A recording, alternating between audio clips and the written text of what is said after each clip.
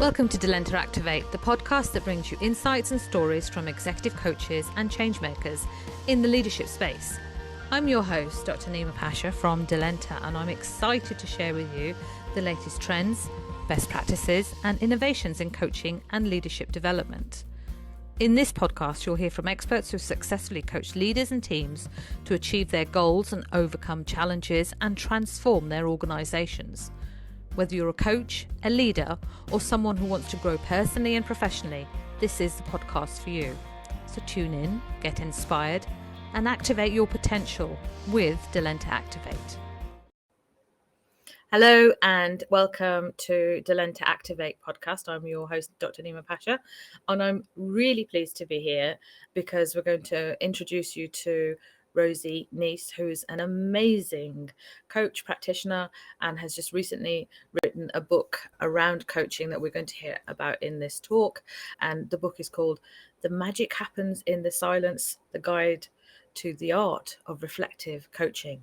Rosie Nice, welcome. Thank you very much. I'm delighted to be here. No, it's really lovely to have you. Thank you so much. And you know, I'm reading your book and it's really interesting. I found it sort of little nooks in it that I was like caught up in, and I like the whole approach. And obviously calling it your model, the magic. I'm thinking, well, the magic lies with you. But I thought perhaps really want to focus on the book because I think people listening in will find it so useful. But I want to ask you, first of all, what drew you into coaching? Because I was looking your background and you worked in sales before. You worked at British Airways actually back in previous times. So yes, tell me about that, and then tell me about what drew you into this world, if that's okay. Yeah, absolutely. So yes, I did. I started my career at British Airways. I was on their graduate program straight from university, and I loved working there. It was a really lovely place to work, and I'm still in touch with many people I met there.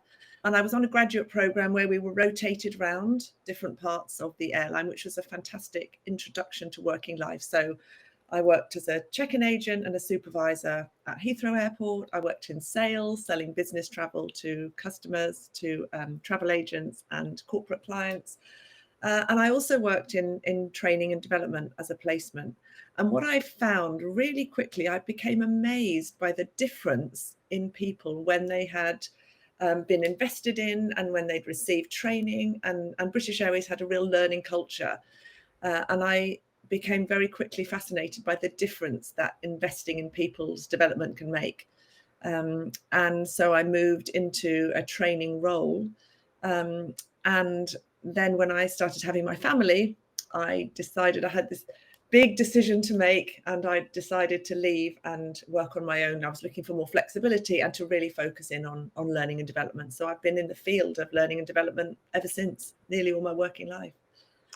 There's a bit in your book I remember actually when you were looking about how to sort of structure your work and what you wanted to do, and you were talking about the balancing of family and work and also the interest that that drive us and what we feel fulfilled by. So I think that was just my background is career coaching, so always like hone in on these particular things. So I thought that was very insightful, how we have to perhaps, if we're able to balance those areas out. It's not always possible, is it? Yeah, when I was doing my first training as a coach over 20 years ago now, one of the areas that we worked on was looking at people's values. And I did an exercise around values. And I'd never done anything like that before. And what came out for me were values of flexibility and self-development and around independence. And I've always liked to work independently as part of a team, but I've always liked to be able to balance that with flexibility. And I've always been fascinated by self-development. It's always been important to me, and I've always encouraged it in other people. And those values have stayed with me all through, and they've been quite guiding principles for me. So the decisions I make is, how can I balance it out with my family life and work-life balance? How can I keep learning and growing and help other people do the same? And so those values, although my life has changed, obviously over the last 20 years, those values have been the same. So that's a real core part of coaching, is working out what's important to me, and then how can I try and build those essential values into the way I live my life. That, when I was reading your book, I did, sometimes you read a book on coaching, on professional development, or or whatever, meditation or something, you read these books, and the author is writing it from a particularly academic perspective, and this has worked and research has shown and citing this, but you really talk about in your book the experiences you've had and how they've helped you, and that's, as a coach practitioner, you are applying that to yourself as well. I felt that reading your book. Yes, yes. And it's interesting because I wrote the book, I had the idea for a book probably 4 years before it actually came to fruition. And what happened was I said to my husband, I've got an idea for a book. And he said, brilliant, write it, get it done, make it your top priority. And I said, absolutely, I will. And it took me 4 years. Yeah. Because of life and work and all sorts of things just happened. But what happened was I got to the end of the 3rd year and I was doing a bit of a review of the year. And I thought, do you know what? I'm going to apply the principles I've just been writing about.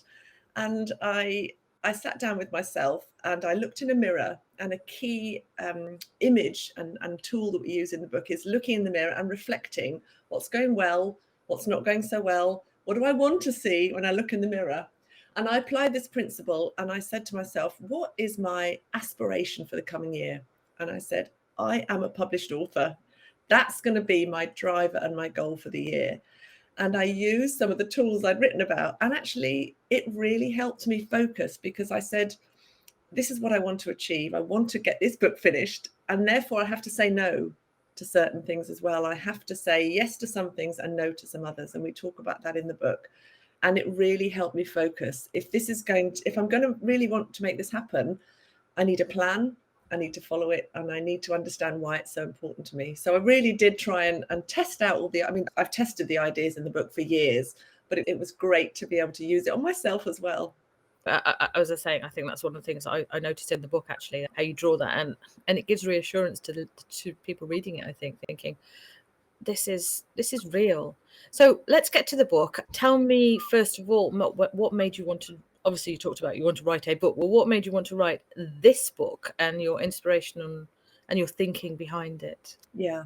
So I have been, as I say, a coach for over 20 years. And for a significant part of that, I've been training coaches and developing coaches.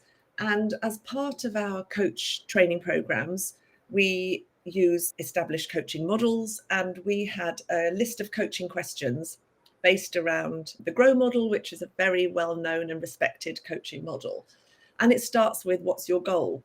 And what we did was we created a series of questions around each stage of the coaching model. But what we found very quickly was people would say, what's your goal? And people go, I don't know. I don't know what my goal is.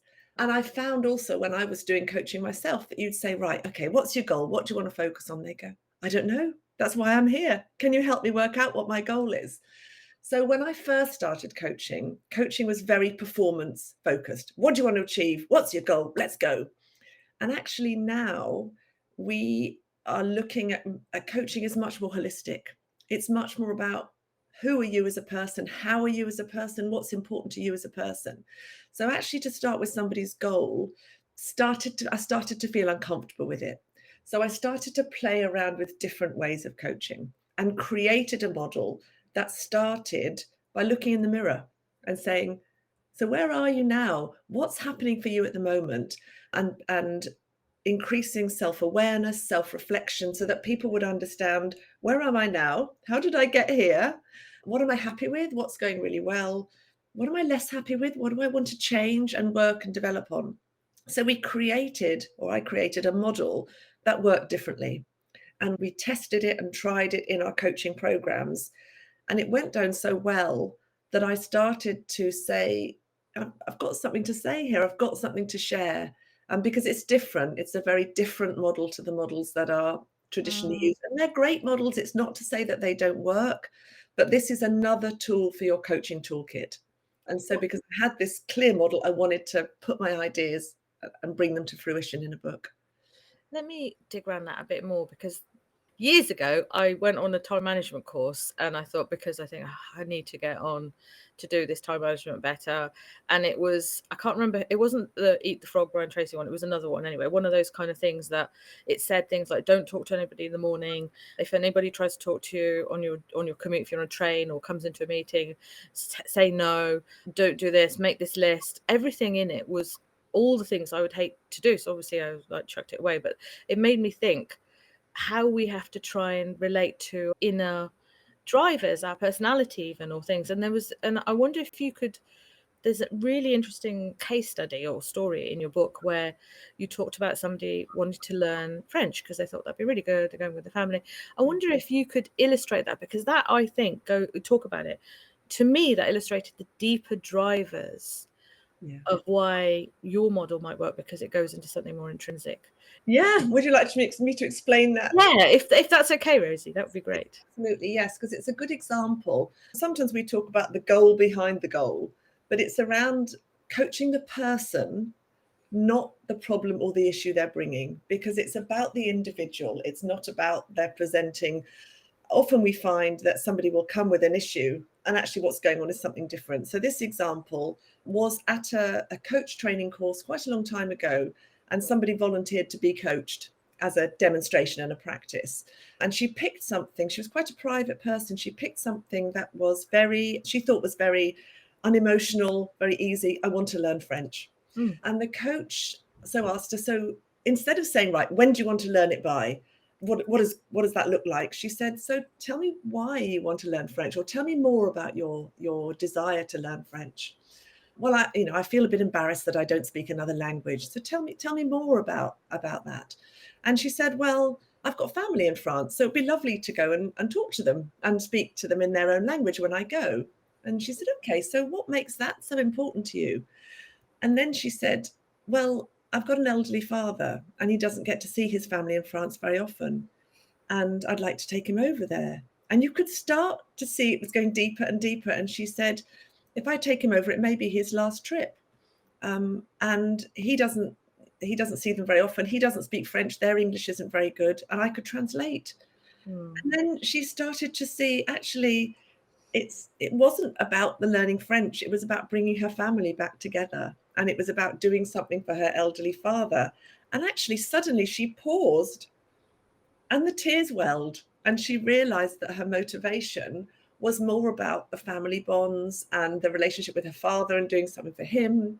So it was about learning French, but actually the deeper value what was driving her. And when she understood that, she did become quite emotional, and she understood herself better. And it was about her relationship with her father.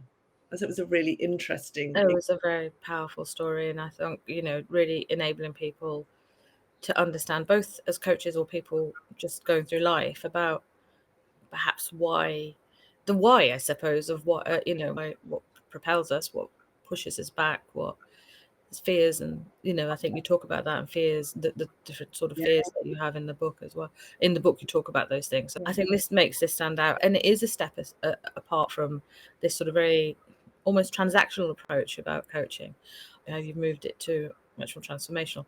And I wonder, because the thing is, this is in a way that when we're working with people who've got these targets, and this is a target for this lady to learn French that you talk about in the book, but in workplace targets, got to get this done, the pressures at work, that when we're coaching people in the workplace, and I've got to get this done. How are you able to open that kind of time that we have with a client, so we can get to those deeper sides? Because they'll be resisting, the organization might well be resisting as well. Yeah, and I do spend a lot of our time helping organizations, working with organizations to help them develop a coaching culture. And this is around the managers and the leaders adopting more of a coaching style of managing and leading.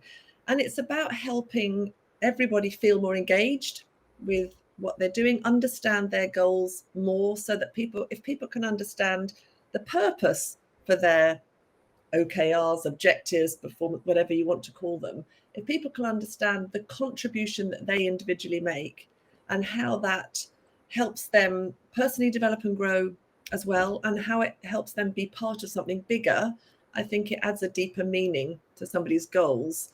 Even I'll give you a really simple example of running a training course for a big organization, and somebody's job was doing the logistics, photocopying the handouts and booking the room. But she understood that what she was doing was helping the employees of the team develop and grow, because I was running the training, but she was making it all happen behind the scenes. So it wasn't, I'm photocopying some workbooks, I'm helping this course go well so that everybody can engage in learning and development and everyone can achieve their full potential. And helping her to understand what she did, the task that she was doing, and how it fitted into the bigger picture and how it really helped people, added additional meaning to her role. And I think coaching can really help you engage with what you're doing at a bit more of a deeper level, makes it more satisfying and more motivating.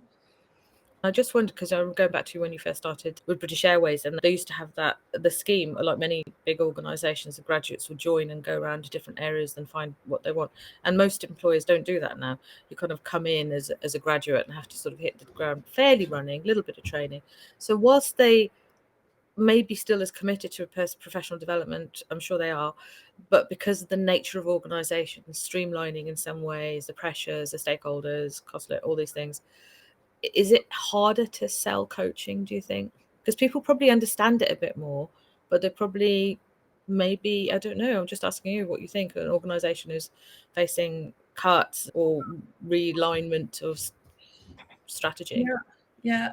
I like to believe that, as you say, I think there's a greater understanding of coaching. There's an emerging body of evidence to demonstrate the power and the difference that coaching can make. So I think there is a lot of evidence to demonstrate how coaching can make a significant difference. There is increasing focus on well-being in the workplace and creating an environment of psychological safety for people so that people can give their best. A lot of organizations are struggling with retention, with motivation levels, and coaching can help with all of these things. So I do work with organizations who are putting huge efforts into creating that environment of well-being and motivation for people, and coaching is a key part of that. Certainly the workplace has changed beyond recognition in the last 10 to 20 years in terms of the way that managers typically, not always, understand emotional intelligence, and coaching is emotional intelligence demonstrated, if you like. Yeah. The organizations that we work with, the managers really do understand that if they ask questions, if they take people along the journey with them, people deliver better performance, but it's healthy, high performance, because it's about a holistic approach to it, to looking after people in the workplace. So I think there's a lot of grounds for optimism. I think the workplace is a much nicer place typically than it was 20 years ago, certainly in terms of the typical behaviours that are okay in a workplace now. That's really good to see. That's really fantastic to hear, actually, and very reassuring, really, for Yes, I am an optimist. Yeah, going back to your book, well, because I really focus in on your goals side of it, and just to go back again, because I think this is really important, why you've put goals in the way that you have. Yeah. I think it'd be great to hear. Yeah, absolutely. So the book, as you say, is called The Magic Happens in the Silence, and MAGIC is a 5-stage coaching process. So MAGIC is an acronym for the flow of a coaching process, a coaching conversation. So it's M.A.G.I.C. So it's mirror, aspirations, goals, ideas, and commitments. So as you say, goals is in the middle of the process, and I describe it like a bridge. So if you think of coaching as a journey that takes you from where you are now across the gap to where you want to be, and coaching provides the bridge that takes you over that gap. And sometimes it's a huge gap if people are making a career change that you referred to. Sometimes it's a smaller gap if people are thinking about improving a particular skill or a capability. But what we found was that when we're coaching and we're asking people about goals straight away, either, as we say, people don't know what the goal is, but if I'm going in as an external coach, as we often do, people might say, well, think, I don't trust you enough yet to share my goals with you. I don't have rapport with you, so I'm going to hold back. Or people will say, you won't understand my goal until you understand me and until you understand my current situation. So before I share my goals with you, let me share what's happening at the moment, and then you'll understand my goal. So for lots of reasons, goals seem to flow better if they're in the middle of the process. And if you think of a bridge, the way that the mirror is, where are you now? So let's hold up the mirror and understand your current situation. Let's reflect on your current situation. And then the other thing, so that's one of the things that's different about magic. The other thing is we separate out aspirations from goals. So we've got the A as the aspiration and the G as the goal. So rather than going straight to the goal, we say, so what's the bigger picture? What's your direction of travel? What's important to you? So I said to you, I wanted to be a published author. People come to me and say, I want to be a coach. I want to be promoted. I want to seek a career change, or I want to feel more confident. I want to develop my skills and capabilities. So we talk about why that's important and what they want to achieve in the bigger picture. And then when you're at the top of the bridge, that's when we talk about the goals. And you can look back to where you've come from and you can look forward to where you're going. So you've got more information. So if you say, I want to be a published author, we'll talk about why is that so important to you? I want to be a coach. Why is that important? Tell me more about that. We paint a picture of success, visualize that success. And then we say, if you're sure that's the right thing for you, now let's turn that into a goal and put some timescales and some specifics around it, because we're ready for that process to happen effectively by then. That's really good. And I think I can really, I feel very comfortable with that, because I remember when I did my training back in the day in career coaching, it was very much start off with the contracting and put forward the goal and things. And people were kind of caught in the headlights thinking, oh, I'm not really sure. And also I think that it creates a power difference. Like I have knowledge of this process and this is what it is. And I think when people come in at a vulnerable point, I felt that, you know, what you talk about is enabling people to really understand what they want to do first. And what you talked about, trust, I think as well, was really important. How do you go about building trust and maintaining trust, do you think? How can we do that? Yeah. And I think that is absolutely key. So you talked about contracting, and that is absolutely fundamental to building a coaching relationship. So sometimes when we talk about magic, we call it the magic middle, because at the beginning of a coaching process, we trust, we build rapport, and at the end of it, we close it off. So the magic is what happens in the middle. So I think there's absolutely some contracting that needs to happen, a conversation around confidentiality and the terms of that confidentiality, about building rapport, about sharing a little about yourself in terms of a coach. It's not about us, but it is about, this is who I am as a person. So I think the conversation of setting up the relationship is really important, because we want to create a safe space for people. But I think also coaching, when it's at its best, is a brave space as well. So we're saying to people, you know, share, dig deeper, open up. It's okay. We talked about psychological safety. This is a safe place, but also want you to be brave. And I will support you through that process. And obviously it takes trust for people to be vulnerable and share their hopes and dreams and successes and challenges. But that's where coaching, and the reason I called it magic, it's the acronym, but it's also, I think coaching genuinely can be magic. I've seen magical transformations in people. So it is a play on words as well, but it requires the trust for that to happen. I think you've outlined that really well. And I think, you know, that space of vulnerability, because it is a very vulnerable space, isn't it? You know, letting your guard down, it's not what we want to do. We're not programmed to do that as humans, are we? We have to have a shield in order to protect ourselves. So, you know, and it is quite something magical if you can create that opening and then build the trust. And as you've outlined in the book, I think your book is amazing. And I wanted to ask you, through this process of writing the book and, you know, thinking about these things, what magic happened in you? What did you notice yourself change or adapt as well? What came to mind to you? That's a good question. And it was, you know, it sounds a cliche, but it was a real journey for me to go through the writing of the book. Yeah. We all have a degree of imposter syndrome. You know, who am I to write a book? Who am I to, there's a lot of coaching books out there. Do I have something different to say? Do I have an original contribution to make? And so I think somebody yesterday said to me, "Oh, I saw your book in a library at one of the coaching schools." And she said, I saw it on the list. I was like, really? Oh, Really? And then she said it wasn't there. Somebody had signed it out. I was like, really? Somebody oh, read it?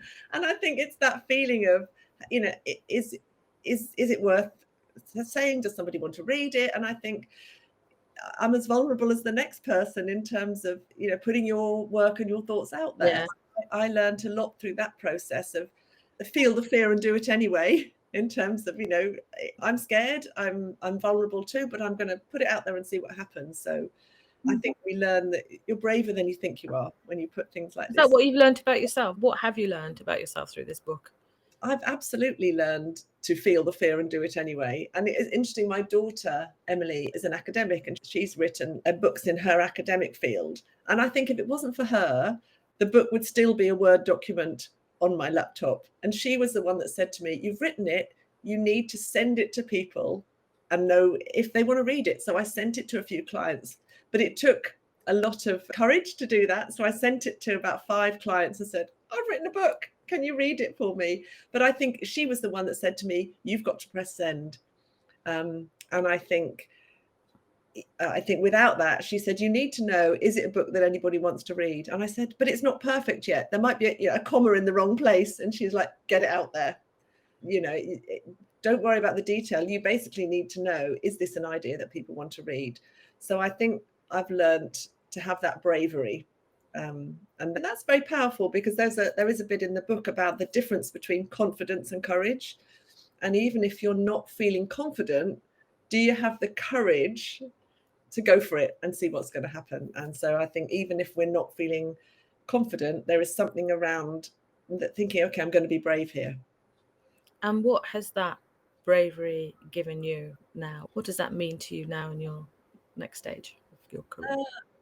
Well, I think it's given me some confidence that I am braver than I thought I might be. And that's great. And that's a very transferable mindset of, okay, I'm nervous about this, but dig deep, you can do this. And I share that with coaching clients, because I think if you can give people the confidence to have a go, chase their dreams, work out what their dreams are first, and then go for them. Because I think working out what your dream is the hard bit. What do you want is sometimes the hardest thing. What do you need? What's important to you? That's what's difficult. The planning and the action planning is the easy bit once you've worked out what it is you want. And that's the hard bit is do I want this? Is this important to me? Which direction am I going to go in? And that's where I think coaching can really help. So I think I've learned that some of the tools in the book, I've tested them, they work. I've tested them with hundreds of people, and I've used them on myself as well, and that's given me confidence too. Rosie, that's amazing. And you know, to think all to me, just listening to talk about this, your own vulnerabilities, and you're only kind of like wanting to be brave, considering your incredible experience and what you do with clients and leaders and people in this space and building up your practice is amazing to hear that even you have these thoughts as well. And the book is incredible. We'll put a link into it, but just to repeat again, The Magic Happens in the Silence by Rosie Nice, really worth for coaching practitioners to have a look at. But even if you're not into coaching, leadership, whatever you are, you know, you're in development, I think it's really worth just going through. And I did actually practice some of those things myself as well. So it was really useful. So thank you so much. Thank you so much for the book. May you continue in your bravery and bring us more exciting things in the future. Thank you so much, Rosie. Well, thank you for having me. I really enjoyed our conversation. Thank you very much. Not at all. Thank you.